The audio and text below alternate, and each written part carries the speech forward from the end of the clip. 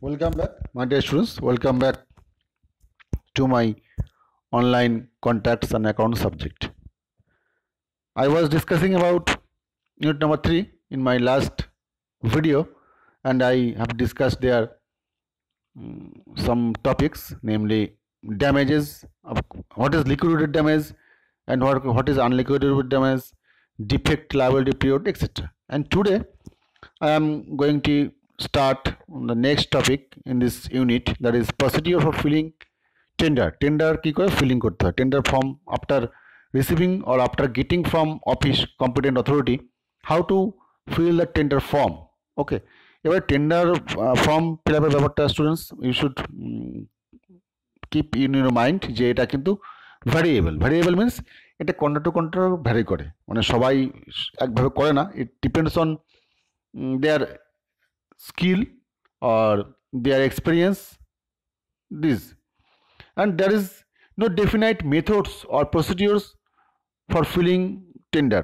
Okay, এটা কিন্তু individually vary করে এবং ইন্ডিভিজুয়ালের এক্সপিরিয়েন্সের উপরে ভ্যারি করে, ডিপেন্ড করে। তারপরেও কিন্তু নর্মাল কিছু স্টেপ আছে, সেগুলো কিন্তু ফলো করতে হয়। ওকে, সে স্টেপগুলো কী কী? The contractor will study the tender document carefully. এটা করা উচিত। In fact nobody should do that, কেউ করে না।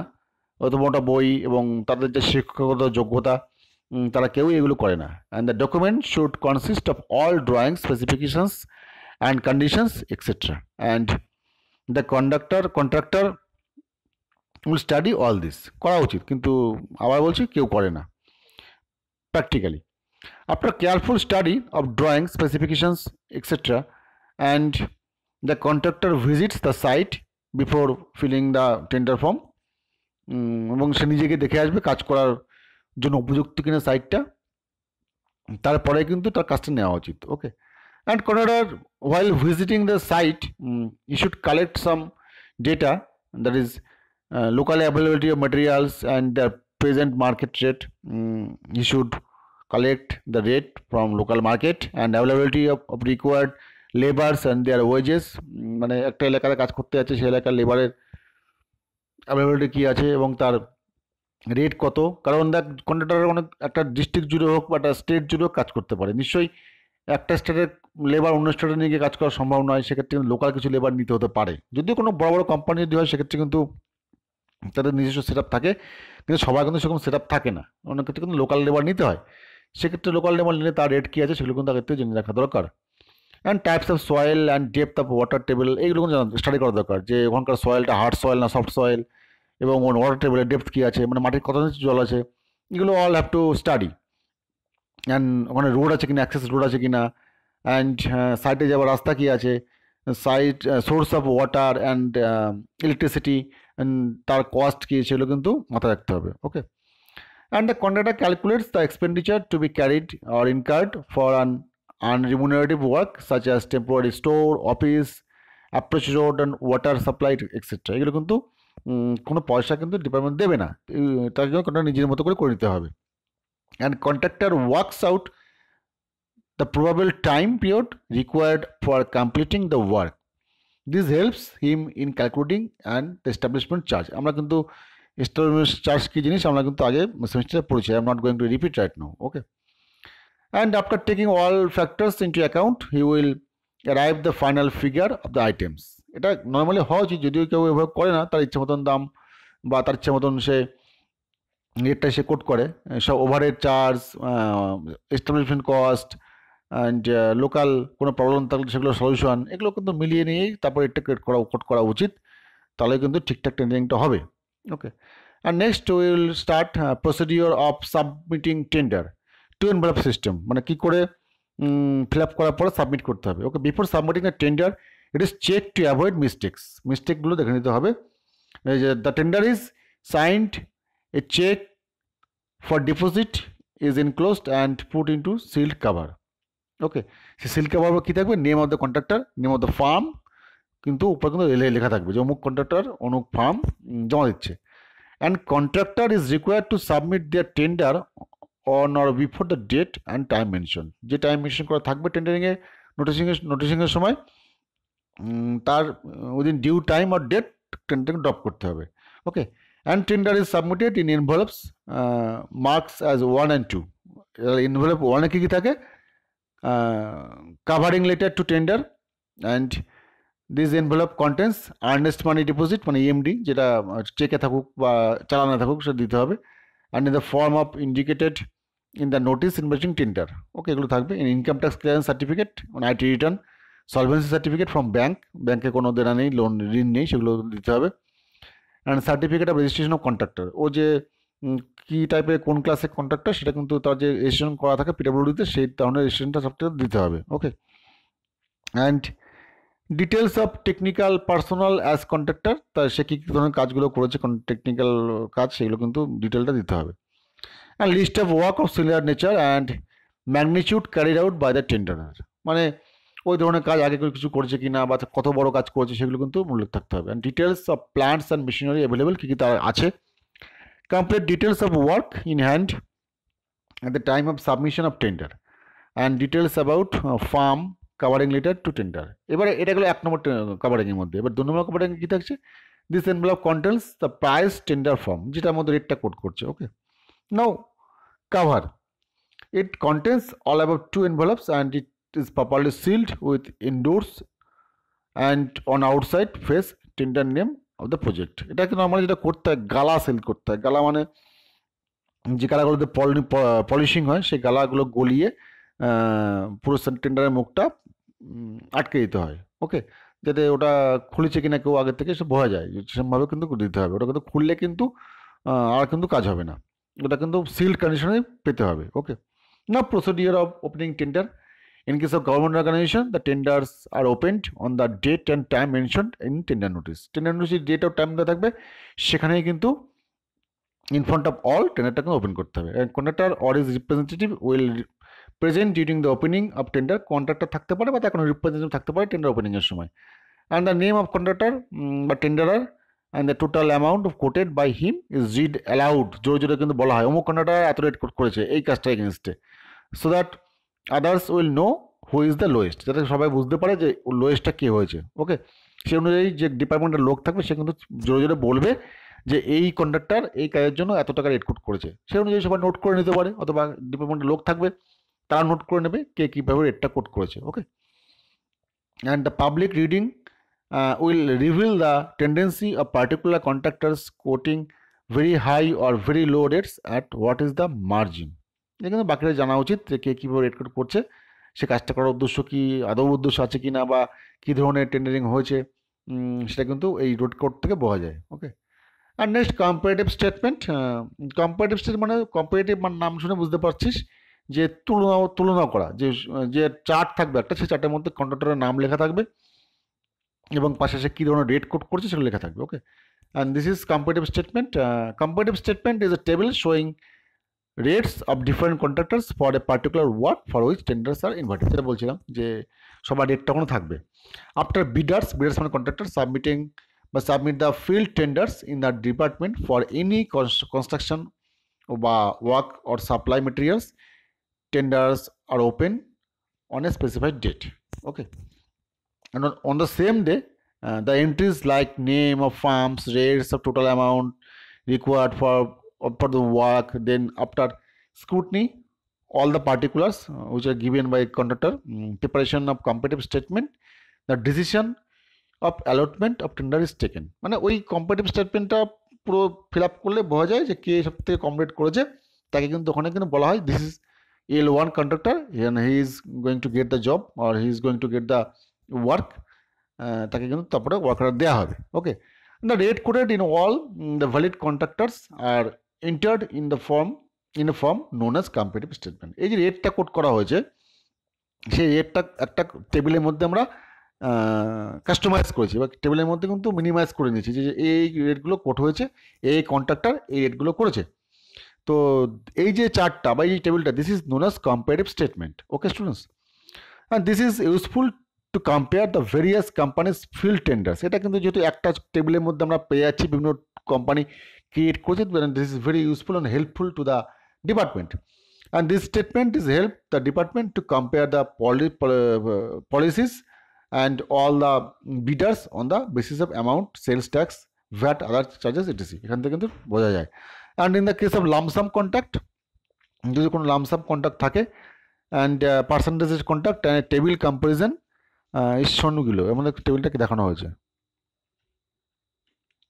না, just look at the table যে কম্পারেটিভ শিপমেন্ট কেমন হয়। প্রথমে দেখ, ফার্স্ট কলামে সিরিয়াল নাম্বার আছে, সেকেন্ড কলামে name of the tenderers, third কলামে amount of tender and remark. দেখ আমরা সিরিয়াল নাম্বারে বসিয়ে দিলাম 1 2 3 4 করে যতগুলো টেন্ডার ড্রপ করা হয়েছে ততগুলো টেন্ডারের নাম থাকবে ওখানে, এবং টেন্ডারের নামগুলো দেখ বলা আছে এখানে, middle enterprise, Prakuti construction, real engineering company, Sai construction নামগুলো আছে। অ্যামাউন্ট টেন্ডার একই কাজের জন্য এই বিভিন্ন রকম অ্যামাউন্টগুলো তারা পুট করেছে। এবার এখানে রিমার্কে দেখ, এখানে কে সব থেকে লোয়েস্ট, তাহলে এখানে লিখে দিতে হবে লোয়েস্ট দিয়ে একটা গোল করে দিতে হবে, this is lowest person. Okay, now for comparison statement minimum 3 tenders R required, মানে এটাকে যদি ম্যাচিওর করতে হয় এখানে কিন্তু মিনিমাম 3টে দরকার ফর ম্যাচুরিং কন্ট্রাক্ট। যদি কোথাও গিয়ে 2জন কন্ট্রাক্টর টেন্ডার ড্রপ করে সেক্ষেত্রে টেন্ডারটা কিন্তু ক্যান্সেল হয়ে যাবে। To mature any tender, any contract, minimum 3 firms or 3 contractors are required. Okay, and for item rate contract, rates are various items are called, are also compared as in helps in the identifying an unbalanced tender. এবার যদি 3টের কম tender drop হয় সেক্ষেত্রে কিন্তু আবার রিটেন্ডারিং করা হবে। এবার রিটেন্ডারিং এর নিয়ম হচ্ছে যদি একটা ড্রপ পড়ে তাহলে ওই একটা যে রেট হবে সেই রেটে কিন্তু কাজ করানো হবে। ওকে, মানে রিটেন্ডারিং এর ক্ষেত্রে কিন্তু আর এই 3জন জমা দিতে হবে এমন নিয়ম থাকে না, সেক্ষেত্রে কিন্তু একজন দিলেও তাকে কিন্তু অ্যাকসেপ্ট করতে হবে। Okay, and scrutiny of tender, স্ক্রুটনিটা কি? After opening a tenders through scrutiny should be done. কী কী পয়েন্টগুলো দেখতে হয়? Number 1, list of all tenders received along with their earnest money should be prepared. Earnest money সে জমা দিয়েছে কিনা, আর্নেস্ট মানি না দিলে কিন্তু তার টেন্ডারটা অ্যাকসেপ্টেড হবে না। If any contractor has forgotten to enclose the check or demand draft, the necessary endorsement should be made to this effect on envelope should be made and the concerned contractor should be informed accordingly. যে তোমার কিন্তু এটা দেয়া নেই সেই কারণে তুমি cancel হয়ে গেলে। it should be checked that every tender is duly signed by the contractor, মানে প্রতিটা পাতা বা প্রতিটা page that must be signed by the contractor or his authorized person. ওকে, যাকে পাওয়ার বাটনে দেওয়া থাকে। and it is a must that the conditions of all the contract are not altered and new conditions are now put. This should be checked in time, otherwise they will result in dispute. Okay, and rates quoted should be written both in words and figures. যে রেটটা coat করা হবে সেটা কিন্তু ওয়ার্ডেও থাকবে ফিগারেও থাকবে, মানে ফিগারে লিখে তার পাশে ব্র্যাকেটে ওয়ার্ডে লিখে দিতে হবে। ওকে, যদি 100 টাকা হয় তাহলে ব্যাকে লিখতে হবে 100 rupees only. Okay, if both are not same, then the lower or one should be considered. মানে যেটা যদি দুটো সমান ভ্যালু না হয় তাহলে যেটা কম আছে সেটা কিন্তু অ্যাকসেপ্টেড হবে। ধর কেউ লিখেছে, মনে কর সংখ্যা লিখেছে 150 আর লেখার সময় লিখেছে 100, তাহলে কিন্তু 100টা ধরা হবে। ওকে, and the calculations done by the contractor and the total amount worked out should be checked. সেটা কিন্তু টোটাল একবার চেকটা করে নিতে হবে। ওকে, and checked whether tender submitted by the contractor is unbalanced. Unbalanced কিনা যেটা আমরা আগের দিকে পড়েছি, unbalanced কোটেশনটা কি সেটা দেখে নিতে হবে unbalanced হয়েছে কিনা। ওকে, and number 7, the contractors who have quoted very low rates for particular items should be asked to submit rate analysis. মানে যদি কোনো একটা পার্টিকুলার আইটেমের, এটা নিয়ম হচ্ছে যদি আমাদের রেট দেওয়া আছে মনে কর 500 টাকা ব্রিক ওয়ার্ক এম কিউবের জন্য, ও রেট করছে আমাকে 20 টাকা, সেক্ষেত্রে কিন্তু ওকে বলা হবে তুমি 20 টাকা কেন রেট করলে, মানে 20 টাকা ও বুঝতে পারছে আমি কম রেট করলাম মানে আমাকে কাজটা দিয়ে দেওয়া হলো, তা নয় ব্যাপারটা। তাহলে ডিপার্টমেন্ট ওকে জিজ্ঞেস করবে তুমি 20 টাকা রেট যে তুমি দিলে তুমি তার রেট অ্যানালাইসিস করে দেখাও, আদারওয়াইজ কিন্তু তোমার টেন্ডারটা অ্যাকসেপ্ট হবে না। রেট অ্যানালাইসিস কি জিনিস আমরা আগেই পড়েছি, মানে অ্যাকচুয়াল যে খরচা হয় তার প্রফিট ধরে নিয়ে যে রেটটা বার হয় সেটা হচ্ছে রেট অ্যানালাইসিস। ওকে, নর্মালি নিয়ম হচ্ছে যে রেটটা পিডব্লিউডি শিডিউলে দেওয়া থাকে তার থেকে যদি কেউ 15%-এর নিচে বা 15%-এর উপরে কোট করে তাকে কিন্তু রেট অ্যানালাইসিস দিতে হয়। তুমি কেন এরকম বলছো, আমাদের রেট হচ্ছে গভর্নমেন্টের শিডিউলে এত টাকা আর তুমি বলছো এত কম, 15% কম বা 15% বেশি কেন? এবার অনেক কারণ হতে পারে, এমন হতে পারে মনে কর ও একটা আগে সাইটে কাজ করছো যেখান থেকে প্রচুর সংখ্যক ইটও বেঁচে গেছে, সেই জন্য ইটটা আছে বা কম দামে কোথাও ইট কিনছে, এটা কিন্তু হতে পারে। আবার কোথাও মনে করো উল্টোটা হতে পারে, যে ব্রিকের দাম বেশি, সে কারণে দামটা বেশি কোট করে গেছে। সেই জন্য কিন্তু অন্য যদি কোট করে থাকে, সেক্ষেত্রে ডিপার্টমেন্ট খতিয়ে দেখবে, খতিয়ে দেখার পর ডিসিশন নেবে, ওকে, তারটা অ্যাকসেপ্ট হবে কি হবে না। And usually the lowest tender should be accepted depending upon the reputation of contractor and fulfillment of the other conditions. মানে সবসময় যে L1 পাবে তার কোনো মানে নেই, এটা কিন্তু ডিপেন্ড করে ডিপার্টমেন্টের উপরে বা অথরিটির উপরে। যদি অথরিটি মনে করে ওর কোনো ডিসপিউট আছে, সেক্ষেত্রে কিন্তু কাজ নাও দেওয়া হতে পারে। And after through scrutiny of competitive statement, all the tenders should be prepared and signature of all the contractors or the representative who were present while opening the tenders should be taken. The lowest tenders should be placed first and the highest tenders should be placed last. Okay, মানে লোয়েস্টটাকে আগে রাখা হবে এবং হাইয়েস্টটাকে পরে রাখা হবে। This is the rule of filling the competitive statement. Okay, and next award of contract কী করে অ্যাওয়ার্ড করছি আমরা? After the proper scrutiny and studying the competitive statements, tenders is awarded to the bidder who fulfils the specifications at lowest rates.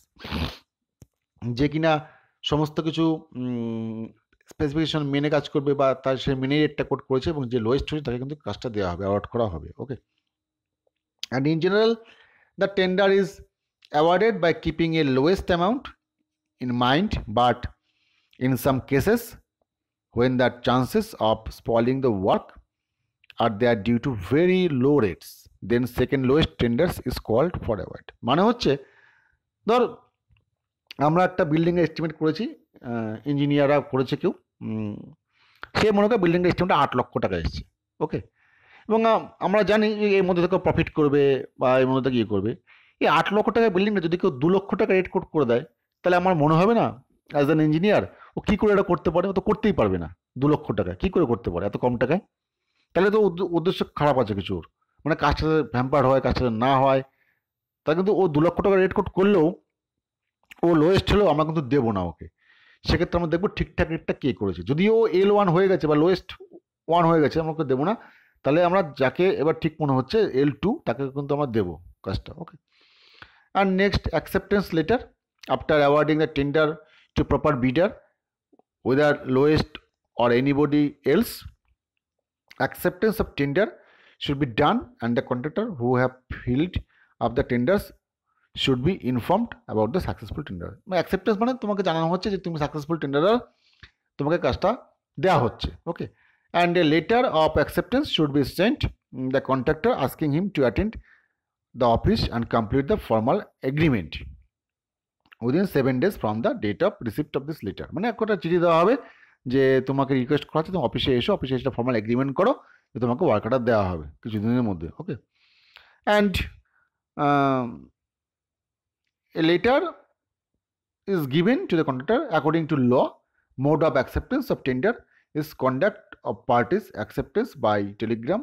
Acceptance in writing is given. Now last work order. After the acceptance of the tender from the tenderer, a work order is issued. Work order মানে ওকে কাজ করার অনুমতি দেওয়া হচ্ছে, তুমি কাজটা করো, তুমি টেন্ডার পেয়েছো, তোমার টেন্ডার নাম্বার এই, তুমি এত রেট করেছো, এইসব মেনশন করে বা টাইম লিমিট তোমার এত, এইসব মেনশন করে কিন্তু ওকে একটা অর্ডার দেওয়া হবে, work order. Okay, and in case if a contractor fails to fulfill the requirements of work order, his earnest money is forfeited and second lowest tender is invited. যদি কিনা ওয়ার্ক অর্ডার পাওয়ার পরও কাজ start না করে within 15 days, তাহলে কিন্তু টেন্ডারটা cancel করে দিয়ে সেকেন্ড টেন্ডারকে বা সেকেন্ড লোয়েস্ট যে হয়েছে তাকে কিন্তু টেন্ডারটাকে অ্যাওয়ার্ড করা হবে। ওকে, আর next unbalance tender. Unbalance tender কী জিনিস? In the case of item rate contract, এখানে কিন্তু আনব্যালেন্স টেন্ডার হতে পারে। The total cost is based on the estimated quantities mentioned in Schedule B. Schedule B-টা মেনশন করে কিন্তু দেওয়া আছে। Schedule B-তে দেওয়া আছে যে তোমার রেট এই, তুমি এই রেট করেছো, কোট করেছো। ওকে, and these quantities are approximate and there is every possibility that these will vary according to the site conditions. মানে 10টা আইটেম দেওয়া আছে, মনে কর 10টা আইটেমের মধ্যে কোনো একটা পার্টিকুলার আইটেমকে রেট কম করেছে, বাকিগুলো বেশি করেছে, কোনো উদ্দেশ্য আছে। ও জানে যে ফিউচারে কাজ করতে গেলে এই ধরনের আইটেমটা বেশি আসবে, এর জন্য প্রফিটটা বেশি হবে। ওকে, and therefore the total amount tendered cannot be taken as main criteria for awarding the contract. মানে হচ্ছে যদিও টোটাল অ্যামাউন্ট দেখা যাচ্ছে যে ও লোয়েস্ট হয়েছে, বাট ও পার্টিকুলার কোনো একটা আইটেমকে খুব হাই করে রেখে দিয়েছে। This is call unbalance tender. মানে একটা টেন্ডারের এস্টিমেটেড আন্ডারে মানে 10টা থেকে 15টা আইটেম আছে, তার মধ্যে ও দেখা যাচ্ছে একটা আইটেমকে খুব হাই করে রেখে দিয়েছে, আবার টোটালটা যোগ করে দেখা যাচ্ছে সে টোটালটার মধ্যে ও লোয়েস্ট হয়েছে। তাহলে কিন্তু বুঝতে হবে ওর কিন্তু উদ্দেশ্য আছে, পরবর্তীকালে বিলটা পেমেন্ট করা হবে, কারণ এটা কোয়ান্টিটিটা ফিক্সড নয়, কোয়ান্টিটি মে ভ্যারি। সেই জন্য পরে বুঝতে হবে যে পরে কিন্তু ওই সব থেকে বেশি টাকা নিয়ে চলে যাবে। Okay, and the best way is to scrutinise and analyse the rates quoted for different items by different contractor. বিভিন্ন কন্ট্রাক্টরের রেট দেখে কিন্তু ডিসিশনটা নেওয়া উচিত। The lowest tender may ultimately be prove for more costly than the others. এটা কিন্তু একটু বলছিলাম যে যদিও রেট সব থেকে কম করে থাকে, তারপরেও লাস্টে দেখা যাচ্ছে একদম লাস্টে গিয়ে ও কিন্তু বেশি টাকা নিয়ে চলে যাবে। Let us read this chart carefully and then we will understand what is unbalanced tender. Just look at this estimate. There are several items, then next column particulars of items, then quantity, then tendered amount by 3 contractors. First look at the rates given. For excavation in soft soil, contractor A is given rupees 400 per m cube, contractor B is given 120 per m cube, contractor C is given 300 per m cube. Green color is the lowest and blue color is the highest rate quoted. Okay, তাহলে ভালো করে খেয়াল কর, দেখ excavation of soil soft soil, তাহলে contractor এ 400 টাকা দিয়েছে, contractor B 120 টাকা দিয়েছে। এবার সবকটা খেয়াল কর। Okay, now come to the point. Here the contractor A has quoted very high for item number 1. Contractor A দেখ, contractor A item number 1 এ সব থেকে হাইস্ট রেট কোট করেছে। Okay, and very low for item number 3। তাহলে contractor এ দেখ 3 নম্বরে সব থেকে লো কোট করেছে, 400 টাকা পার এমপ্রুভ কোট করেছে। Okay, he expects by his judgement, okay, after visiting the site and by his experience that the quantity of excavation in soft soil exceeds the estimated quantity double and the excavation is hard rock and soft rock is negligible. তাহলে ব্যাপারটা কি দাঁড়ালো? তাহলে এক্ষেত্রে যদি ধরা যায় যে দেখ, এবং আমরা দেখতে পাচ্ছি লোয়েস্ট টেন্ডাররা কে হয়েছে। এক্ষেত্রে আমরা লোয়েস্ট টেন্ডার হচ্ছে যে সি 9,19,000 টাকা যে কোট করেছে সে হচ্ছে লোয়েস্ট টেন্ডারার। ওকে, তাহলে ও দা কী কোট রেট কোট করেছে? আমরা ধরে নিচ্ছি এক্সকাভেশন এবং সফট সয়েল অ্যাকচুয়াল কোয়ান্টিটি কত ছিল? অ্যাকচুয়াল কোয়ান্টিটি সফট সয়েলে 500 m কিউব ছিল। ওকে, কিন্তু এক্সিকিউশন করা হয়েছে আমাকে 900 m কিউব। ওখানে কাজ ও কিন্তু বুদ্ধিমান লোক, ও দেখিয়েছে সাইটে দেখেছে এবং বুঝতে পেরেছে যে কিন্তু ওখানে কিন্তু কাজ করার পর সময় কিন্তু আর বেশি কাজ হবে, 500 m কিউবের মধ্যে কিন্তু হবে না। যদিও সফট সয়েলে আমাদের 500 টাকা করে রেট ছিল। ওকে, অ্যান্ড সেই জন্য কী করলো, আগের থেকে দেখে এসছে। তাই কন্ট্রাক্টর সি কী করলো? কন্ট্রাক্টর সি দেখ 900 m কিউব 300 টাকা রেট কোট করেছিল, 900 m কিউব 300 টাকা রেট কোট করেছিল। কন্ট্রাক্টর সি সফট সয়েলে 300 টাকা রেট কোট করেছিল। ওকে, তাহলে 900 m কিউব 300 টাকা করে 2,70,000 টাকা হলো। ওকে, অ্যান্ড সেকেন্ড আইটেম কী ছিল? সেকেন্ড আইটেম মনে কর এক্সকাভেশন ইন সফট রক। তাহলে এক্সকাভেশন ইন সফট রক তার রেট কত দিয়েছিল? তার রেট দিয়েছিল মনে কর 600 টাকা পার এম কিউব। এই যে রেট চারটা দেখি আমরা, excavation in soft rock contractor C 600 টাকা পার এম কিউব। তাহলে 600 দিয়ে গুণ করলাম 30,000 হলো। Similarly excavation in soft rock, okay, এটাও ছিল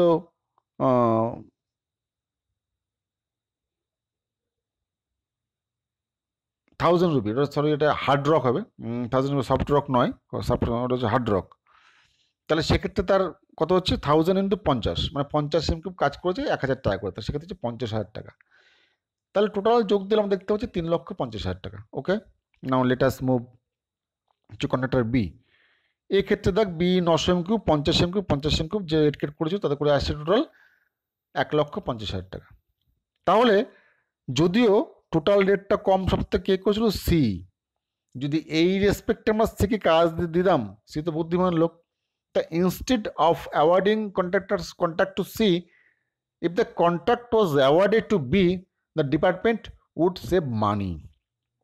যদি বি কে কন্ট্রাক্টটা দেওয়া হতো তাহলে কিন্তু ডিপার্টমেন্ট কিছু সেভ করতে পারতো। ওকে স্টুডেন্টস, তাহলে সবসময় যে লোয়েস্টকেই দেওয়া হবে বা দেওয়া হবে সেটা কিন্তু নয়, এটা কিন্তু ভালো করে এক্সামিন করে after careful consideration then department should get decision who will be awarded the contract. Okay, and another point to be noted that contractor C is not at all given any chance to the site engineer for classification of soil. Okay, and the aim of the contractor is to get maximum benefit at the beginning and neglect or abandon the last finishing items. প্রথমেই উদ্দেশ্য ছিল কি করে maximum আমি আমাদের প্রফিটটা করব। Such is called unbalanced tender which will cause considerable loss to the department should be rejected. এই ধরনের কিন্তু হলে একদম সঙ্গে সঙ্গে রিজেক্ট করে দেওয়া হবে। This is called unbalanced tender. Okay, and last of this unit is ring formation. What is that? In case when the number of tenders applying for various works are limited, then parts of works can be decided to give to different contractors by keeping in mind their expertization and financial capacity. Okay, তাহলে এক্সপার্টাইজেশন and financial capacity দেখে কিন্তু ডিসিশনটা নেওয়া হয় যে এই কাজটা করার যোগ্যতা আছে কি নেই। Okay, and this procedure is adopted to avoid collision and unnecessary disputes among the contractors. মানে এই কারণেই তো আমাদের ক্লাসিফিকেশন কন্ট্রাক্টর করা হয়েছে, ক্লাস এ কন্ট্রাক্টর বা ক্লাস এ ওয়ান কন্ট্রাক্টর। তাহলে এই ধরনের সমস্যাগুলো অ্যাভয়েড করার জন্য মনে করেন একটা বড় কাজ বলছে 100 কোটি টাকার কাজ বা 50 কোটি টাকার কাজ, সেক্ষেত্রে আমরা বলে দিলাম only class A contractor can apply.